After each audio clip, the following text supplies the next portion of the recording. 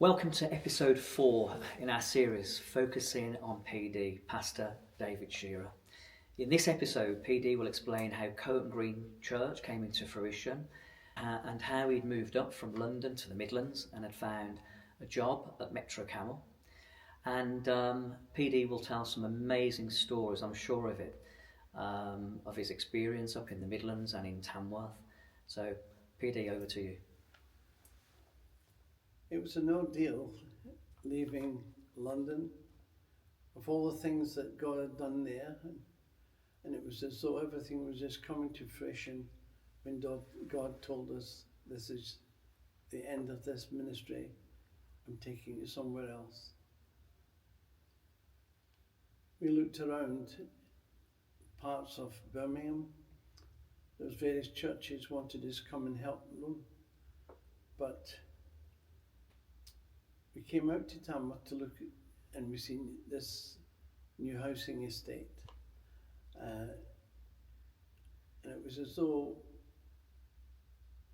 God opened up our eyes, and we knew this was the place that God wanted us to be. We didn't know anybody in Tamworth. We didn't have any links with any church,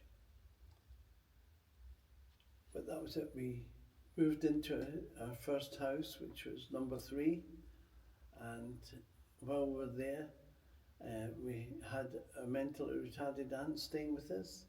She was staying with us until my mother and father, who had emigrated out to Australia, could find a home for them.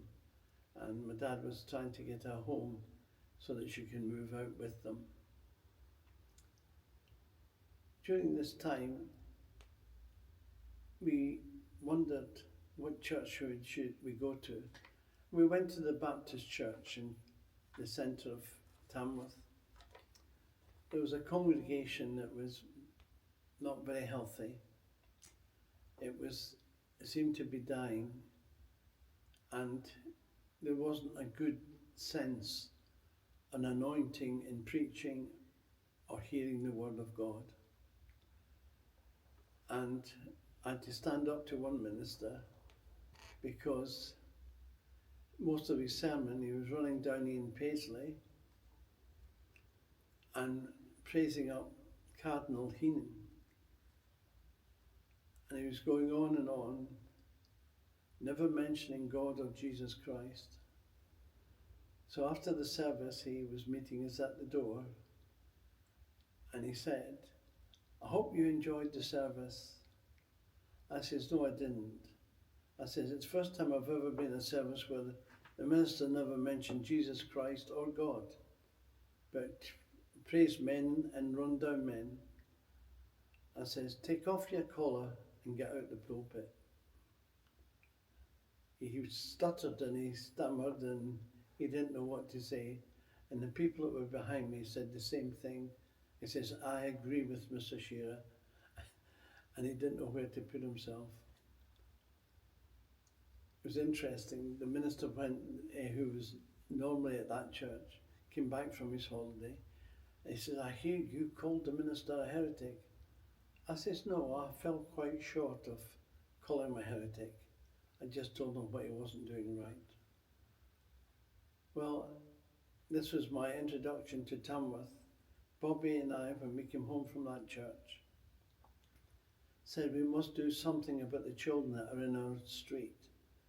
They're playing on the street. There's nowhere for them to go, really. Nothing. There was no school. There was nothing here. No place that they could hire or anything. There wasn't a shop. There wasn't a telephone box. There wasn't a post box. The roads weren't even adopted. Neither was there a pavement on the road. So Bobby and I decided that we'd start a Sunday school in our house with our children and their friends. And that's what we did. We started the Sunday school. It was tremendous. These kids would come in and so happy. Some would come in on our new Axminster carpet with the not wheelchairs, buggies, And they come in, and the mud was all over Axminster carpet, the muddy feet on it. But we didn't complain, and Bobby was so gracious and just cleared it up every time after the children went home. It was quite an experience seeing God work there amongst the children. And then some of the parents were interested, when are we going to start a church? We know where to start a church. So we did a Bible study in our house, and we got 2 coming along. And then later on, I got another one. It was quite interesting. We began to grow. We're beginning to get smaller for the number of people that we were meeting and counselling and so on. And it was an open plan lounge, and our children used to come down the stairs and see us talking to people or praying with them. It was a time where God was really working in our lives. We prayed at the end of our street with other ministers from the Come Back to God campaign, asking God to come and minister on this estate and to break the strongholds. It was here that we began to see things grow. Bobby was still quite ill. She was passing blood about 30 times a day with ulcerative colitis. And we prayed about this, but it was a provocation to us that Bobby was not well. And so we continued seeing the doctor and so on. It was a time where I could see her dying before my eyes. And I could see me being left with 3 children. And it wasn't a happy time, but it was a peaceful time.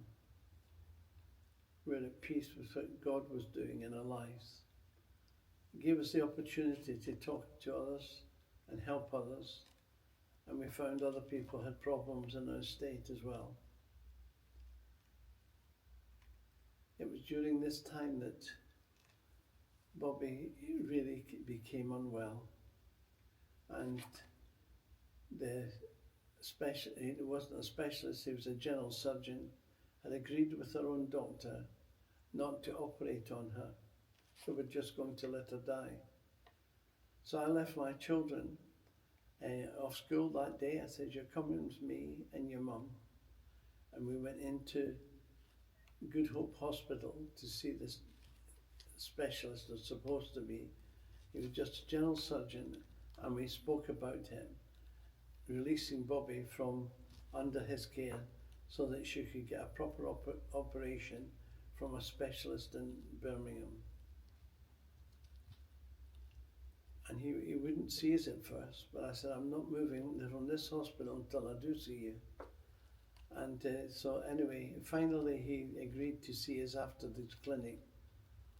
And so we seen him. And he said, oh, you've decided you want the operation now. My wife always wanted the operation. And she had major surgery that really nearly took her life. She had only 2 weeks to live when she had the surgery. It took a year of complete restoration and recovery. But after the year, they came and found out that my wife was a nurse, and they offered her a job at the local hospital because she was doing so well. And that was the beginning of a new era for us.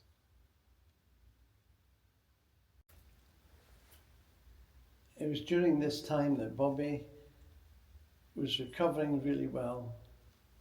No sooner had she done one night at the hospital, they said, would you do 2 nights? Well, Bobby wasn't happy about that.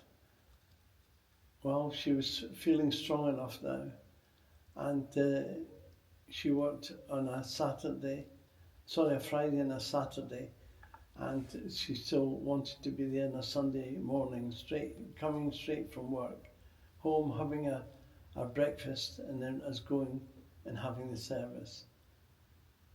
By this time they had built the school, and we asked permission to have the services in the school. And during that time we're sharing with the congregation that this is only a temporary place where we're worshipping, but God's going to give us a property to build a church on, and we're believing God for it. This was something of a challenge to people who didn't know any hymns and didn't know churches as we did. It was during this time that we were praying for land to become available to us. We went to the council and they said there's nothing and we don't have any land to give and so on. But anyway, we were still believing God for the land. And there was a property, a patch of land actually on the estate, and they were going to earmark it for community use, and the community use that they were thinking of was a pub. So I went to court and fought the case against them, and spoke about a need for a church, but they weren't going to give us the plans, and we knew that because they don't get any rates off a church, but you can get rates off a pub.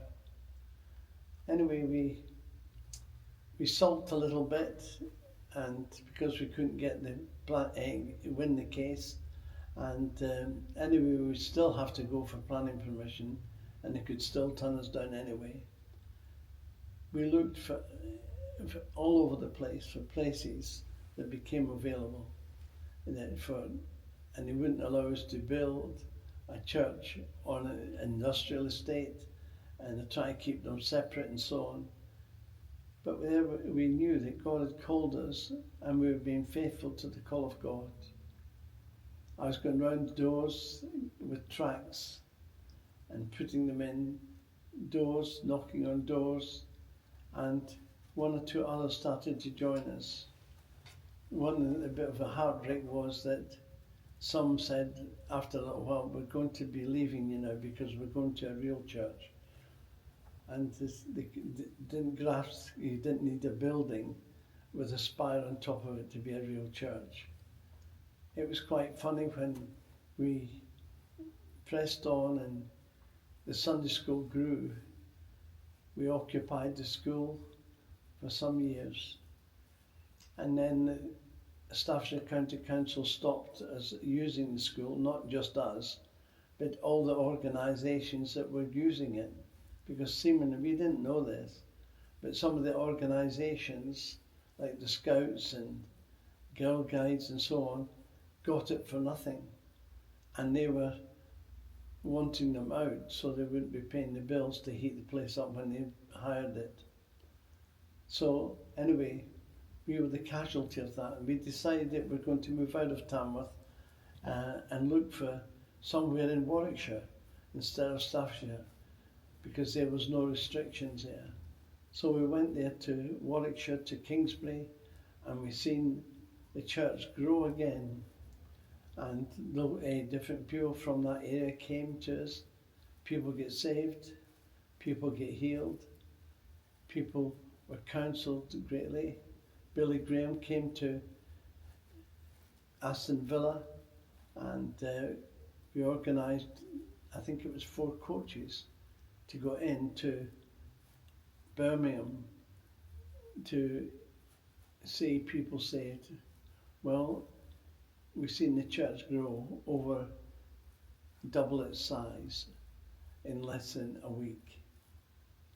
What a tremendous experience it was, nurturing and counselling young people and old people alike, all enthusiastic, knowing that they had made a decision to follow Jesus. I was thrilled. I could see the church grow. And I used to preach to the church, and I said, treasure these days as you see the church grow, because it will be unlikely that you'll ever see it again.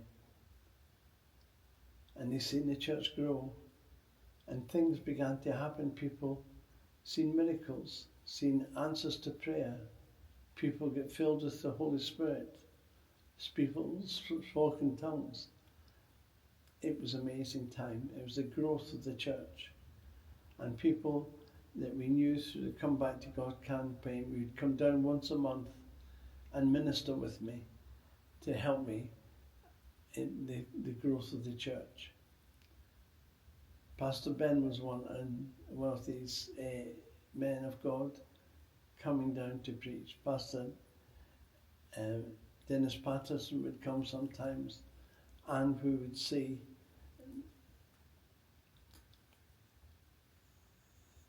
Reverend Brinkley.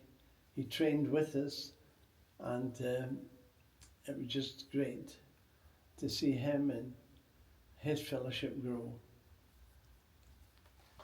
God was good during these days. He was opening up doors that we didn't realise he could do. Still, the council wouldn't give us anything. We never get any help at all. And one of the things that they used to say, you're not in Tamworth, you're in Lichfield. And Lichfield, you say, you're in Tamworth, because we're on the borders. Both were burying their head in the sand so that we couldn't get any grants and any help. So we really prayed hard, and we were praying for premises. And suddenly we seen a plot of land come up for auction. And we decided that we would go for the auction. It was only 2 minutes from my home, next to the school. And there was 7¼ acres. And there we found it. We could apply. And there we did. We would apply for an auction details and so on, and we went to the auction. I got somebody else to do the bidding until it got to about 30,000, and we were at a stage where we couldn't go any further, and it came to that point, and I took over from 30,000, and I said, if it's any more, I will pay it out of my own pocket. And of course we lost it at auction because the man who bought it outbid us. His name was Mr. Cathy. When we came out of that auction and lost the bid, we stood in the car park just outside the castle, and I prayed there, God, we have come to the end of our resources, but we haven't come to the end of yours, and our eyes are fixed on you. And that was my prayer then, and it still is today. 3 days later, the phone rang in our house. I was working in Metro Camel at the time, and Bobby was at home, and it was Mr. Cathy's lawyer, and said, Mr. Cathy didn't realise he was bidding against the church. Would you like the land? You could have it at the same price. You can have 1/4 of it, you can have half of it, or 3/4 of it, or all of it. So he said, I will also give you an interest-free loan over 2 years. Seemingly Mr. Cathy didn't sleep during that weekend until he'd got in touch with his lawyer. We were blessed by God doing these things. At the end of the 2 years, we paid it off, and Mr. Cathy gave us a gift towards the church. There's a man that never came into the church. I never met him. I only seen him twice in my life. So I got somebody else to deal with it all, and we were thrilled to bits. In the meantime, we were meeting in Kingsbury School, and the one weekend after we'd bought it, somebody had set the school on fire and we couldn't have the school. So I phoned round all the house group leaders and I said, we're meeting in the field that we've just bought. Bring your own chairs or blankets to sit on. We're going to have the service there. And we all piled in. Some people brought toilet tents, put them up and so on. and they were all set out, and everybody drove into the into the field, and drove right up against the hedges, so that it wouldn't churn up the land. It was amazing when we think of what God did. During that time, when we were discussing it, and whether it was going to be quarter, half, and so on, turned round, and we'd said, the prayer that was said at the time, felt it was a word from God that you would see His glory in this place. And we just knew the presence of God. I wept at that time. And I was standing there in my slippers in this field amongst all the sheep when we had looked at that field. I still have a little tin box where the deaconess at that time took some grass off the seeds, off the grass, and put it into this little box. And she put a text in it saying that we would see many people from all nations will come here. And we have seen them come from all over the place. We've seen them come from Argentina, Brazil. We've seen them from India. We have seen people come and see, as during the building of the church, missionaries from all over the place to see what God had done here. The day that we wanted planning permission, we were turned down flat. And we weren't put off by this. We still functioned as a church and meeting in schools and community centres. But we knew that we had to build here sometime. And when we did start, I was in Australia. I was having a mission there, and God moved in a mighty way. We've seen people healed. We've seen people restored spiritually, physically. People who were attending hospital, when the doctors examined them and said, "What's happened to you? You're changed. Your blood pressure's gone down, it's normal." One particular person, their blood pressure was rocket high, and it was the same every time he went to hospital. And yet, when they went to hospital after the mission in Australia, they were free. It was normal for a younger man's age.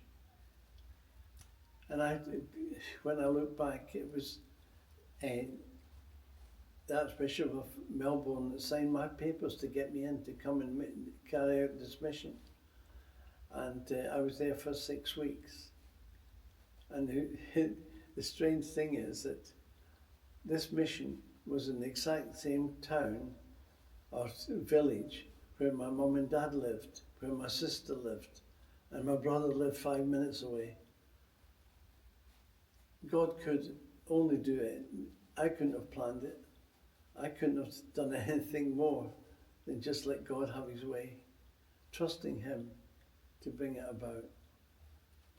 We've seen strange things. God taught me a little thing. Don't be too proud to take a gift for God. When I did something, I had some change, loose change. And I'd got something from someone from a warehouse, and I gave him it, and there was a few pence change. I said, "Oh, here's your change." And so, "Just keep it." And I said, "No." "It's yours." "No, just keep it." And I said, "No, it's yours here." They said, "No, put it towards the church." And I still turned it down. I went away. There was a person that had offered me a lump sum of money for the church. And at that time I said I wouldn't take it unless God confirmed by someone offering me some money towards the church building. And the thing is this, I didn't do it. I didn't take it. And then she died. The money I thought was lost forever. And your thing is this, that you say, why did this happen, God? Why did I not be able to speak to her about that? And he told me, you turned your nose up at the few pence that I gave you. So I kept back the money that you could have had. And it taught me a lesson never to refuse a gift ever that's given us unto the Lord. And that is my motto today.